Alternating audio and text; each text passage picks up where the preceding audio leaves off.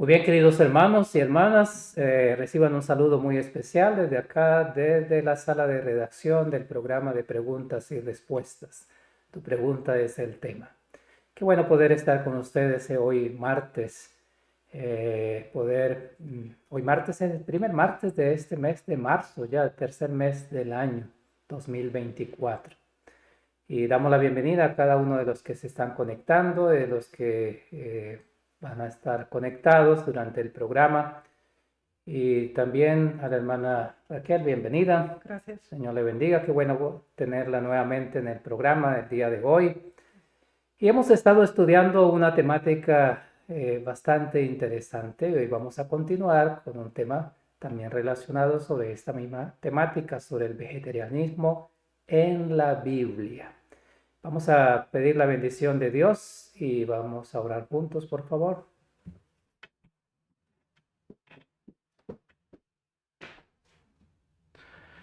Padre nuestro que estás en los cielos, gracias te damos por la oportunidad que nos regala de poder estar delante de ti en este momento, para agradecerte por las bendiciones que recibimos a diario. Gracias por la oportunidad también de conocer más de tu palabra. Te rogamos tu bendición, de manera especial a la hermana Raquel, que va a contestar a las preguntas. Y te pedimos, Señor, que tú puedas bendecir a cada una de las personas que se conectan para estar con nosotros en el programa. Tú puedas regalarnos de tu Santo Espíritu para que podamos entender cada mensaje y podamos también compartirlo con otras personas. Oramos también por nuestros hermanos a nivel mundial, especialmente por nuestros hermanos en Ucrania, en Myanmar. Tú puedas bendecir también a aquellos hermanos que están pasando dificultades en medio de la guerra o otros problemas. Tú puedas estar fortaleciendo sus vidas, especialmente aquellos en Ucrania, sobre el servicio militar. Tú puedas dar salidas a nuestros hermanos. Rogamos que tú puedas acompañarnos y dirigirnos. Te lo agradecemos y lo pedimos todo en el nombre del Señor Jesús. Amén.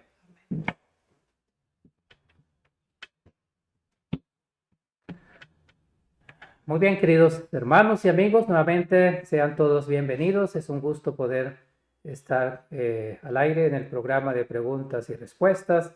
Y gracias por permitirnos llegar a su casa, a su oficina, a su trabajo o donde se encuentre en este momento. Como ya hemos dicho, hay un programa o una temática que hemos estado analizando acerca de la alimentación. Y hemos visto en el Antiguo Testamento, en el momento de la creación del ser humano, también diferentes momentos de la historia de la Biblia. Y la semana pasada vimos acerca de dos personajes bíblicos. Yo creo que ustedes se acuerdan, los que han estado siguiendo el programa, de dos personajes bíblicos. Era de Daniel y de Juan el Bautista. ¿Fue así, hermana? Así es. Ok, Daniel y Juan el Bautista en relación a la alimentación. Dos, uno en el Antiguo Testamento y uno en el Nuevo Testamento, y concluimos, la hermana nos presentaba de que los dos fueron vegetarianos como tal. Y hoy vamos a ver de otro personaje bíblico, uno muy especial, y es directamente nuestro Señor Jesucristo cuando estuvo en esta tierra. Como tal, vamos a considerar una parte muy especial de su vida. Y tengo algunas preguntas, hermana Raquel, para hoy. La primera pregunta es si el Señor Jesús estuvo como ser humano en esta tierra, en el sistema judío de todas las ceremonias que habían en aquel entonces. Él estuvo participando en las Pascuas durante el tiempo que estuvo acá en la tierra. Bien, nosotros sabemos que Jesús vivió 33 años y medio sobre esta tierra y obviamente el sistema de festividades y la práctica de estas celebraciones eran un ciclo regular dentro de la vida judía de la época. Así que nosotros sabemos que él visitó Jerusalén en diversas ocasiones y lo que estudiaremos precisamente ahora es si él tomó parte directa en la festividad como tal. Muy bien. Porque ahí viene la otra pregunta. Bueno, ya sabemos, él estuvo, participaba, era fiel en esa parte de estar en la Pascua como tal. Y la pregunta es, bueno, en la Pascua se comía el cordero como tal, el cordero pascual. ¿El Señor Jesús participó también del cordero pascual? Bueno, lo único que nosotros podemos hacer es considerar las fuentes con las que disponemos, lo cual no nos permite ni especular ni reinterpretar. Nosotros veremos en el estudio de hoy, con la ayuda de Dios, las veces en que se menciona la Pascua en los 4 evangelios. También coordinaremos entre sí la información que se nos ofrece. Entonces veremos si la ingesta del Cordero Pascual se dio o no se dio, basada en la información con la que contamos. El espíritu de profecía obviamente es fundamental en la extensión de la información y ambos, tanto las Sagradas Escrituras como el espíritu de profecía, estarán presentes para comprender este asunto. Muy bien, muchas gracias. Es interesante porque quizás esa es la pregunta que nos estamos haciendo y es que, bueno, el Señor Jesús participó de la Pascua, comió el cordero o no comió el cordero. ¿Cómo podemos explicarlo? Entonces vamos a verlo ya muy pronto. Pero tengo una pregunta más. Usted habló de unos periodos dietéticos. ¿En qué periodo de esos vivió el Señor Jesús entonces? Sí, habíamos analizado, de hecho, en nuestra primera presentación 7 periodos dietéticos y si lo recuerdan, el primero de ellos es en el Edén, el segundo es la dieta que se implementa con vegetales cuando se da la caída. Posteriormente tenemos el periodo posterior al diluvio con nuevas regulaciones, eso sería nuestro tercer periodo. El cuarto, durante la estadía en el desierto. El quinto, que es muy importante, es ya la entrada en Canaán. Así que durante la vida de Jesús en la tierra, él vivió bajo ese periodo específico, el quinto. Ok, interesante. Muchas gracias por la respuesta. Y bueno, como estamos esperando esa parte interesante, si el Señor Jesús comió el cordero o no, vamos entonces a dar el tiempo para que la hermana pueda darnos una explicación más amplia acerca de la respuesta a esa pregunta. Así de que les invitamos para que puedan acompañar en la presentación. Gracias. Con la ayuda del Señor deseamos considerar estos versículos bíblicos en relación a la Pascua. Y es algo importante que debemos entender. Sabemos que los evangelios, los 4, entre sí se complementan y por lo tanto queremos estudiar todas las referencias que existen en relación a la Pascua durante la estadía de Jesús en la tierra.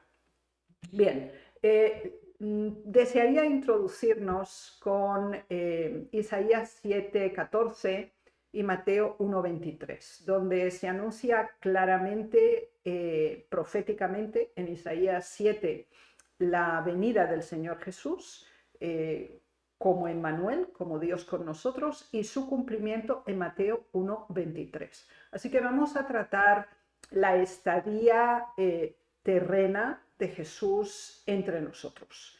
Y Dios con nosotros será el tema que nos va a dirigir a lo largo de estos puntos. Bien, la primera vez que tenemos una referencia a la Pascua la encontramos en Lucas capítulo 2, versículos 41 y 42. Dice así: iban sus padres todos los años a Jerusalén en la fiesta de la Pascua. Y cuando tuvo 12 años, subieron a Jerusalén conforme a la costumbre de la fiesta.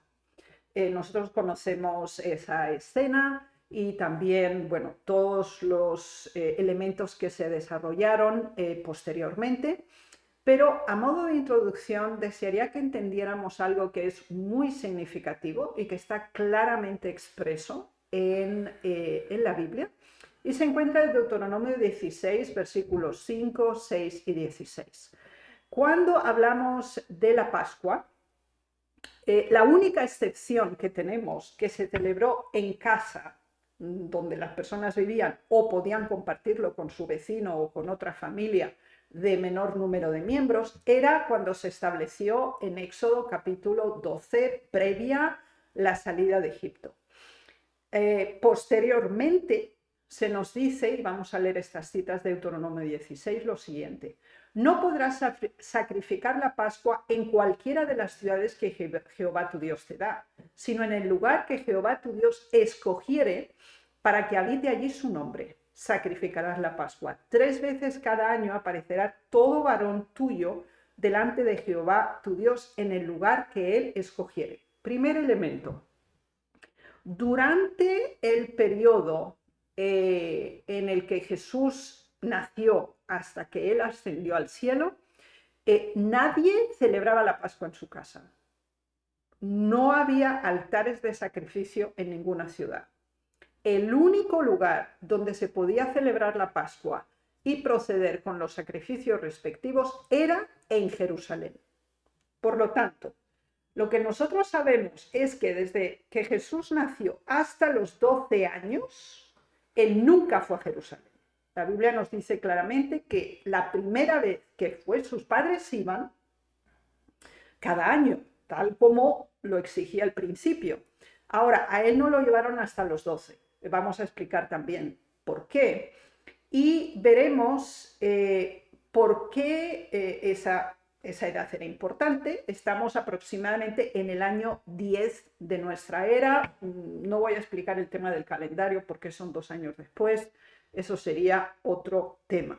Vamos a leer el espíritu de profecía y comprender por qué en el año 12º.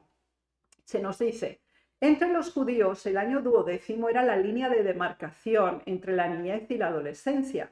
Al cumplir ese año, el niño hebreo era llamado hijo de la ley y también hijo de Dios. Se le daban oportunidades especiales para instruirse en la religión y se esperaba que participase en sus fiestas y ritos sagrados. De acuerdo con esta costumbre, Jesús hizo en su niñez una visita de Pascua a Jerusalén. Así que, desde los 12 años hasta los 30, él no fue más a Jerusalén. Él hizo solo una visita en su niñez. Esto es importante que nosotros lo entendamos. Entonces, ¿por qué los 12 años? Porque se nos dice que era una demarcación, era el momento en que se consideraba que era hijo de la ley y también hijo de Dios, y también ciudadano considerado como tal. Vamos a ver qué pasó en esa visita. Yo les recomiendo que lean el capítulo completo de la primera visita a Jerusalén, de Jesús en el deseo de todas las gentes. Yo simplemente he entresacado 2 citas importantes y veamos cómo se nos dice al respecto. Arrobado en la contemplación de estas escenas, no permaneció al lado de sus padres, buscó la soledad. Cuando terminaron los servicios pascuales, se demoró en los atrios del templo. Y cuando los adoradores subieron de Jerusalén, él fue dejado atrás. Esto es importante. Bien, ¿qué entendemos aquí? Él observó todo el proceso. Y si lo leemos con más detalle en el deseo de todas las gentes, se nos dice que él tuvo una revelación de su padre. Y él entendió claramente que él era ese cordero, que estaban él viendo cómo se procedía. Así que él quedó muy impresionado al contemplar estas escenas. Así que en ese momento él abandonó ese lugar. Y se nos dice que él buscó la soledad. Y cuando terminó la Pascua, entonces él permaneció en los atrios del templo. La Pascua ya había terminado, él no tomó la Pascua, porque él estuvo cuando se estaba haciendo el sacrificio y él se retiró, y después de que todos se fueron, aún tardaron 3 días más hasta que lo localizaron. Y vamos a ver algo muy interesante. Ocultó en su corazón el misterio de su misión. Él ya lo había entendido, esperando sumiso el momento señalado en que debía emprender su labor. Durante 18 años, después de haber aseverado ser hijo de Dios, porque sabemos que le dijo, en los asuntos de mi Padre me conviene estar. Esa es la primera clara definición de identidad de Jesús. Reconoció el vínculo que le unía a la familia de Nazaret y cumplió los deberes de hijo, hermano, amigo y ciudadano. Así que los próximos 18 años, que fue hasta que cumplió los 30, él se quedó en Nazaret, cumplió todos sus deberes en la espera de que llegara el momento en que Dios le dijera, ahora es el momento de iniciar tu ministerio. Esto es muy importante. Así que ya sabemos que la Pascua no se tomaba si no ibas a Jerusalén. Y aún estando en Jerusalén, aquí se nos dice que él se retiró, buscó la soledad. Cuando terminaron los servicios y toda la ceremonia de la Pascua, él retomó su presencia en los atrios del templo. Así que tenemos claro que esa fue la primera visita a los 12 años. Él no participó en la ceremonia de la Pascua. Esto es muy importante. Y durante los próximos 18 años, él no volvió a ir. Esto lo tenemos que tener claro. Bien, vamos ahora a la segunda referencia que tenemos de la Pascua. Y de hecho, esto enmarca todo el ministerio de Jesús. Ahora estamos hablando ya de cuando él inicia su ministerio. Y tenemos algo muy importante escrito en Juan 2. Nos vamos a basar fundamentalmente en el Evangelio de Juan para analizar estas 5 Pascuas. Bien, leemos en Juan 2 los versículos 13, 14 y 23.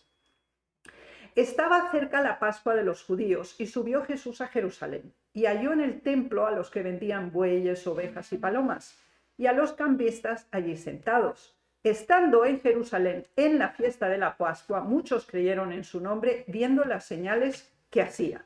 Bien, aquí estamos aproximadamente en el año 28 y es la primera visita a Jerusalén después de su bautismo. Él ya había bautizado, lo tenemos descrito en Juan 2 desde el 11, también deseo a todas las gentes, páginas 128 y 132. Y en esta fiesta, y esto es muy importante, él va al templo. Pero fijémonos lo que pasa en el templo. Es la primera limpieza del templo. Si en su primera visita de la Pascua él dice, los negocios de mi padre me conviene estar, aquí él dice, la casa de mi padre la habéis hecho una guarida de ladrones. Y él hace la primera purificación del templo. Expulsa a los mercaderes, los fariseos huyen, los sacerdotes también, y quedan los más desprotegidos. Y ahí el Señor Jesús dio algo, una declaración profética muy importante, y lo leemos en Juan 2, 19 al 22. Yo les recomiendo que lean todo el capítulo 2. Pero dice, respondió Jesús y les dijo, destruid este templo y en 3 días lo levantaré. Mas él hablando del templo de su cuerpo. Por tanto, cuando resucitó de entre los muertos, sus discípulos se acordaron que había dicho esto. Bien, aquí el Señor Jesús anuncia su muerte. Anuncia su muerte al principio de su ministerio. Y el deseo de todas las gentes nos dice que él se retiró del templo. Así que vamos a leer también estas citas que nos van a ayudar a entender más este aspecto. Deseo a todas las gentes, página 131. Al entrar Jesús en el templo, su mirada abarcó toda la escena. Vio las transacciones injustas, vio la angustia de los pobres, que pensaban que sin derramamiento de sangre no podían ser perdonados sus pecados. Esto es muy importante y vamos a adjuntarlo con la próxima cita, la página 132, siempre en el deseo de todas las gentes. Cristo vio que algo debía hacerse. Los adoradores ofrecían sus sacrificios sin comprender que prefiguraban al único sacrificio perfecto. Y entre ellos, sin que se le reconociese ni honrase, estaba aquel al cual simbolizaba todo el ceremonial. Él había dado instrucciones acerca de las ofrendas, comprendía su valor simbólico y veía que ahora habían sido pervertidas y malinterpretadas. El culto espiritual estaba desapareciendo rápidamente. Ningún vínculo unía a los sacerdotes y gobernantes con su Dios. La obra de Cristo consistía en establecer un culto completamente diferente. Él abandonó el templo. De esta manera se inicia su ministerio en Judea y no hay absolutamente ninguna referencia de que él participó en la Pascua ni tomó la Pascua, porque sabemos que abandonó el templo. Sí. Bien, nos vamos a la tercera mención de Pascua, y esto es muy importante. Recordemos que el primer elemento es: en los asuntos de mi Padre me conviene estar. En la segunda Pascua, en la casa de mi Padre. Y ahora, en la tercera vez que se menciona, se habla de las obras del Padre. Son las que yo hago. Y esto es muy importante y lo leemos en Juan 5, versículos 1 y 2. Después de estas cosas había una fiesta de los judíos y subió Jesús a Jerusalén. Y hay en Jerusalén, cerca de la puerta de las ovejas, disculpen por esta separación, es una cuestión técnica, un estanque llamado en hebreo Betesda, el cual tiene 5 pórticos. Esto es muy interesante. Estamos en el año 29. Prácticamente en este momento podemos cuestionar, bueno, pero la cita no dice que es la Pascua, dice que es la fiesta de los judíos. Pero nosotros en contexto, leyendo Juan 4:35, Jesús mismo hace una pregunta previa a su visita y dice: ¿no dicen ustedes que todavía faltan 4 meses para la cosecha? Eso es exactamente el momento en que previo, recordemos que es un calendario lunisolar y basado en la agricultura, la primera de todas las celebraciones era la Pascua. Por lo tanto, no hay duda que se refiere a la Pascua. Ahora, él hace un milagro. Sabemos el paralítico de 38 años que es levantado, y es en sábado además. Y como consecuencia de esto, él es llevado ante el Sanedrín. Es la primera vez que Jesús es arrestado. Y lo llevan al Sanedrín. Y en ese momento él testifica de su pertenencia al Padre, de su filiación a Él, y de hecho se le acusa, y por eso lo llevan al Sanedrín, porque en Juan 5, 17 al 18 se dice: y Jesús le respondió: mi Padre hasta ahora trabaja y yo trabajo. Por eso los judíos aún más procuraban matarle, porque no solo quebrantaba el día de reposo, sino que también decía que Dios era su Padre, haciéndose igual a Dios. Este momento es muy importante porque termina su ministerio en Judea.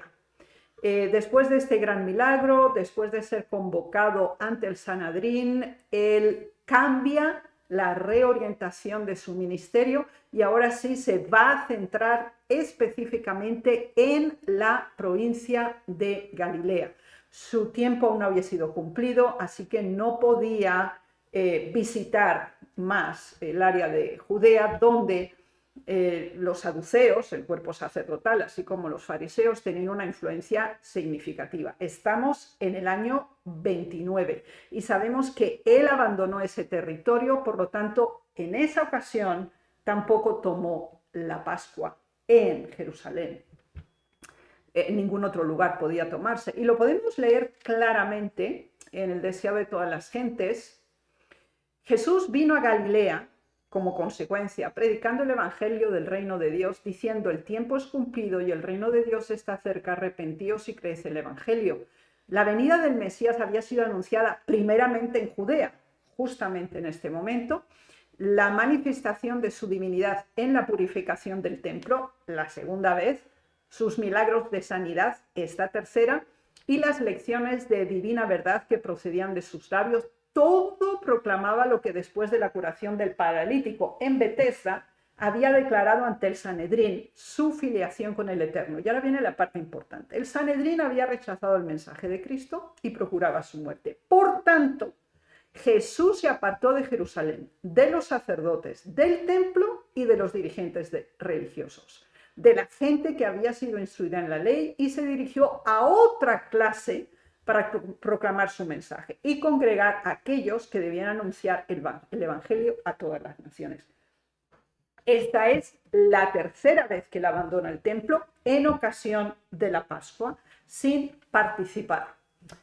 Vamos a la cuarta referencia que tenemos, y lo encontramos en Juan 6, básicamente. Si recuerdan, estamos haciendo Juan 2, Juan 3, Juan 5, Juan 6. Estamos en el año 30. El Señor se había dirigido hacia Galilea, había terminado previamente su ministerio público en Judea. Y ahora veremos que del año 29 al 30, donde él está trabajando en Galilea, también se produce un cambio importante. Veámoslo en Juan 6. Y estaba cerca la Pascua, la fiesta de los judíos. Aquí está un muchacho que tiene 5 panes de cebada y 2 pececillos, pero entendiendo Jesús que iban a venir para apoderarse de él y hacerle rey, volvió a retirarse al monte solo. Jesús les dijo: de cierto os digo, si no coméis la carne del Hijo del Hombre y bebéis su sangre, no tenéis vida en vosotros. El que come mi carne y bebe mi sangre tiene vida eterna, y yo le resucitaré en el día postrero, porque mi carne es verdadera comida y mi sangre es verdadera bebida. El que come mi carne y bebe mi sangre, en mí permanece y yo en él. Es significativa que esta es la introducción a la última Pascua que se iba a dar dentro de un año. Esto es muy importante. Él hace este milagro de los panes y los pececillos, y él se presenta como el pan caído del cielo, como esa referencia histórica que en el judaísmo era una tradición transferir la caída del maná desde Éxodo 16. Y además presenta su sangre como el único elemento salvífico, así como la ingesta del mismo. Sabemos, si leemos el capítulo 6, que estas declaraciones fueron ridiculizadas, fueron malinterpretadas, y de este modo se cerró el ministerio en Galilea. Y fíjense que eso es muy interesante, porque a partir de aquí empieza otra tercera y última fase de su ministerio en las áreas limítrofes. Pero veamos lo que el espíritu de profecía nos dice. Los escribas y fariseos esperaban ver a Jesús en la Pascua. Le habían preparado una trampa, pero Jesús, conociendo su propósito, se mantuvo ausente de esta reunión. Jesús se retiró de Capernaum y, cruzando Galilea, se fue a la región montañosa de los confines de Fenicia. La obra que le esperaba ahora consistía en preparar a sus discípulos para su misión.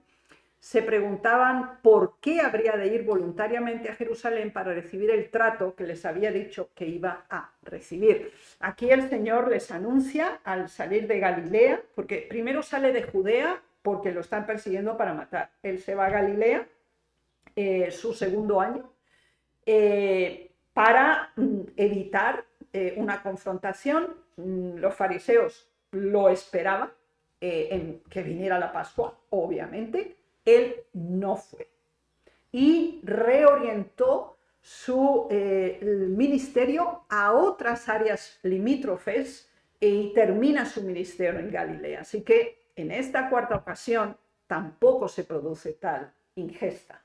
Y vamos a la quinta y última. Lo podemos leer. Sabemos que la declaración ahora que pasase de este mundo al Padre, en Juan 13:1. Leamos esta cita antes de la fiesta de la Pascua, sabiendo Jesús que su hora había llegado para que pasase de este mundo al Padre. Y leemos la versión más extensa en Lucas 22, donde dice: he tenido deseos de comer esta Pascua con ustedes antes de que comiencen mis sufrimientos. Luego tomó en sus manos una copa de vino y le dio gracias a Dios por ella, tomó un poco de pan y dio gracias por él, luego lo partió en trozos, lo dio a sus discípulos. Esa es la versión moderna de Casidoro de Reina. Fíjense que esto es muy interesante. A ver, el periodo entre las Pascuas, del 28 al 29, él desarrolla su ministerio en Judea. De los años 29 a 30, él está casi exclusivamente en Galilea, pero del año 30 al 31, que es justo ese periodo entre la última Pascua, él se dedica a las regiones limítrofes de Galilea, como eran Samaria y Perea y Fenicia, como ya hemos anunciado.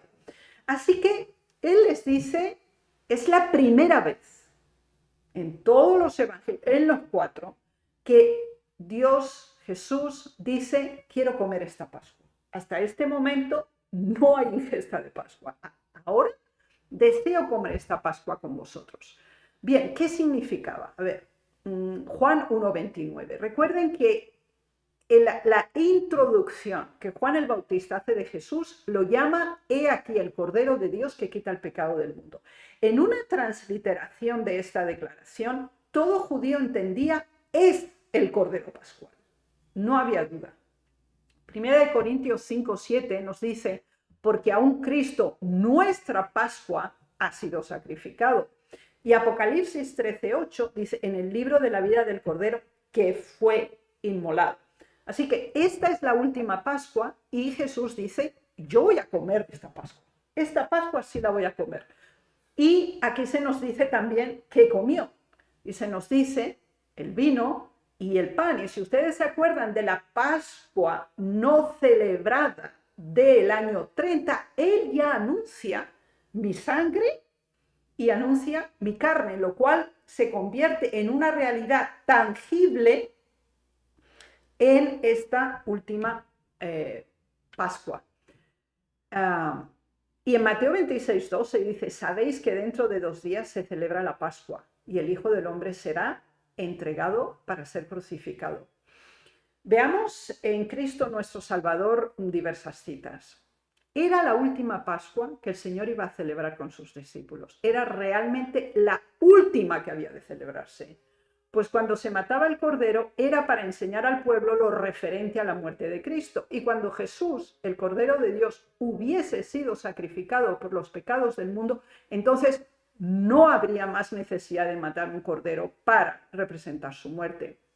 El pan y el vino representan el cuerpo y la sangre de Cristo. Así como el pan fue partido y vertido el vino, así también el cuerpo de Cristo fue quebrantado en la cruz y su sangre derramada para salvarnos de la muerte eterna. Confesamos que creemos esto cuando comemos el pan y bebemos el vino. Manifestamos que nos arrepentimos de nuestros pecados y que recibimos a Cristo como nuestro Salvador. Conclusión, Jesús no comió el Cordero Pascual porque él era. Y cuando él dijo, vamos a comer la Pascua, también dijo qué es lo que había que comer. Y eso es lo que comieron. Entonces, toda la especulación que podamos o no podamos hacer, este estudio sistemático de las 5 Pascuas que tenemos mencionadas en las Sagradas Escrituras, son las únicas referencias que tenemos y sabemos que en cada una de ellas, con la excepción de la última, el Señor Jesús no tomó parte y en la última él la estableció con una nueva dinámica como un memorial para la que hasta hoy celebramos.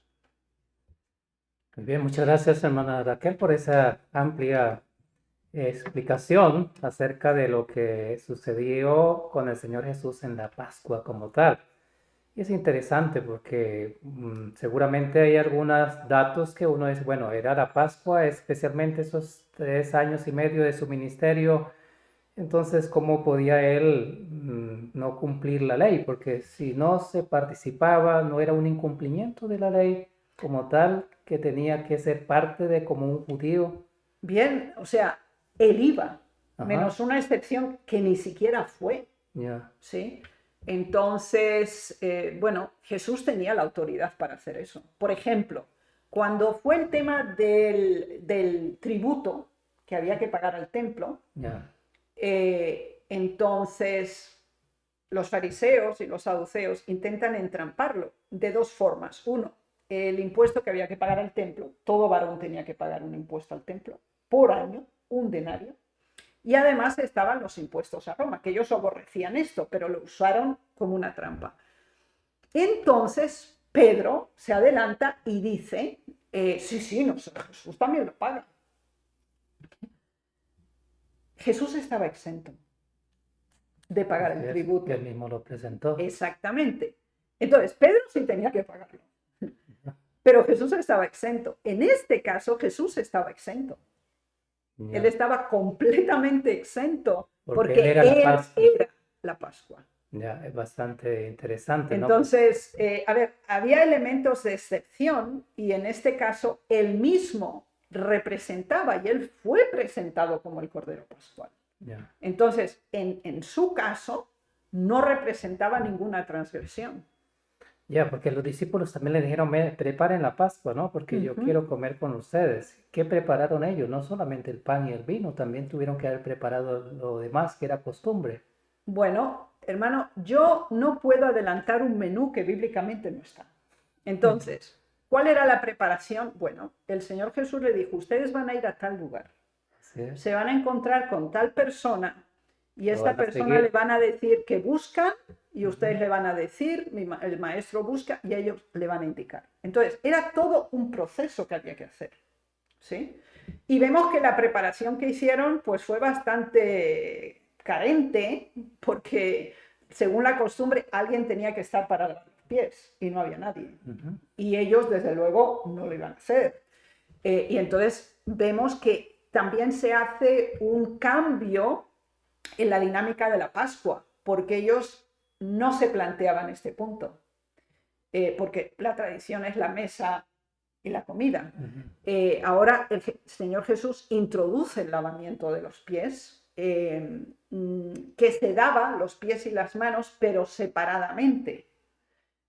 Por ejemplo, lo recordamos No parte de esa ceremonia, de ese momento como tal, no se era. hacía previo. Por ejemplo, en la boda de Cana, los cántaros que Jesús dice que traigan estaban llenos de agua, pero era para ese lavado ceremonial, pero no se hacía dentro del banquete, sino se hacía Antes. previo a la entrada. Se lavaban los pies, las manos, los pies no siempre, pero la mano con certeza. Entonces ellos tenían, de acuerdo a la tradición judía, ese asunto. Lo que nosotros sabemos es que el Señor usó esos dos símbolos y con eso nos tenemos que quedar. Es decir, nosotros no podemos, de Éxodo 12, por ejemplo, nos dice que había hierbas amargas, etcétera, ¿no? Otros alimentos además de la Pascua. Y algo que quería enfatizar, hermanos, a ver, como hoy celebran la Pascua en la religión judaica, no tiene nada que ver con la Pascua de Éxodo 12. A ver, ellos usan otro tipo de productos. O sea, ese no era un banquete. A ver, si ustedes piensan que el cordero que tenían que comer en Éxodo 12 no tenía aderezo, era asado al fuego, o sea, eso era un sacrificio comérselo, sinceramente. Si además te lo tenías que comer con hierbas amargas, imaginémonos, y tenían que estar de pie, no podían estar sentados, de pie se lo comían. Así que eso no era un banquete, que lo disfrutaban, que coloquio, que conversación, absolutamente no. Era un acto ritual y no era un momento para banquetear. Y fíjense que es interesante porque el propio apóstol Pablo amonesta a los corintios y les dice, oye, nosotros no hacemos la Santa Cena, no venimos a comer aquí en vez de comer en nuestra casa. Ese no es el propósito. Es decir, es un acto simbólico, es un acto ritual, porque los griegos, y los corintios eran griegos, pues estaban acostumbrados a banquete. Si es una cena, pues es banquete y entonces pues vamos ahí a disfrutar. Y esa perspectiva para un judío era pues un sacrilegio, sinceramente. Entonces Pablo se lo explica a cabalidad, lo que Significado, significa, ¿no? el por qué, el cómo y el cuándo. Así que esto es importante que lo entendamos. Es decir, nuestro deber es limitarnos a lo que está escrito. Así es. Y con eso es lo que se nos ha revelado y es lo que necesitamos saber. Ya. Es interesante, ¿no? Esa parte me llamó la atención de los párrafos del Espíritu de Profecía, especialmente deseado toda la gente, en el cual se daba como que el momento de cuando el Señor Jesús iba a Jerusalén, pero no estaba dentro del templo como tal. Y está allí escrito en esa parte del párrafo del testimonio, ¿no? Pero si ustedes quieren saber más, ya la hermana nos ha mencionado que sería bueno e interesante también investigarlo leyendo todo el capítulo como tal, ¿no? Así es. Y si ustedes al leer el capítulo tienen preguntas seguramente, o en este momento tienen preguntas, no duden de hacer las preguntas al correo de info@sda1844.org. Allí pueden enviar sus inquietudes, sus preguntas. Si usted dice, bueno, eso no me parece así, o bueno, yo tengo otra información, pueden hacerla, por favor. Entonces pueden participar con nosotros. Esa es la idea del programa como tal, de preguntas y respuestas, que ustedes también puedan interactuar en el programa. Así de que esperamos que ustedes puedan hacernos llegar las preguntas y la hermana va a estar dispuesta también para contestar cualquier pregunta referente a esta parte del tema de hoy. Bueno, lo intentaremos con la ayuda de Amén, Dios. amén. Bueno, y el material también, ¿cómo es el asunto para si las personas quieran tenerlo? Absolutamente, es decir, ustedes escriban al correo que se acaba de indicar y con mucho gusto se les enviará para su uso personal o también para exposición en general. Ok, muchas gracias. Así de que esperamos que ustedes puedan escribirnos. Muchas gracias, hermana Raquel, por la exposición de hoy. Gracias. Pero tengo una pregunta antes de cerrar el programa y es lo siguiente.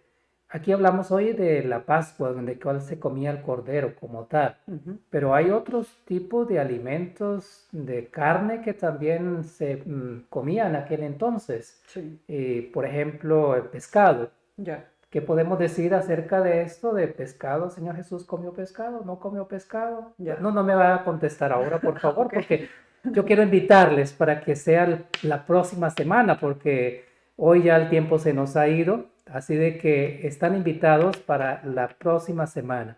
Y esa va a ser una de las preguntas que vamos a tener, si el Señor Jesús comió pescado, no comió pescado, y bueno, si hay alguna referencia bíblica del espíritu de profecía que podamos dar esa aclaración al respecto. Así de que está invitada, hermano Raquel, para la próxima Gracias. semana, el próximo martes, si Dios permite. Y usted también, querido hermano y amigo que nos está siguiendo, puede también compartir con otras personas e invitarle para la próxima semana este tema, que es la continuación de la temática que hemos estado analizando.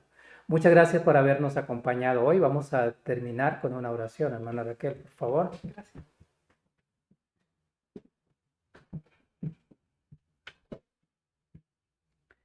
Padre nuestro en los cielos, venimos ante ti, nos inclinamos con reverencia y alabanza a tu nombre por el privilegio de considerar tu palabra y conocer las maravillosas verdades que has permitido sean reveladas en las Escrituras.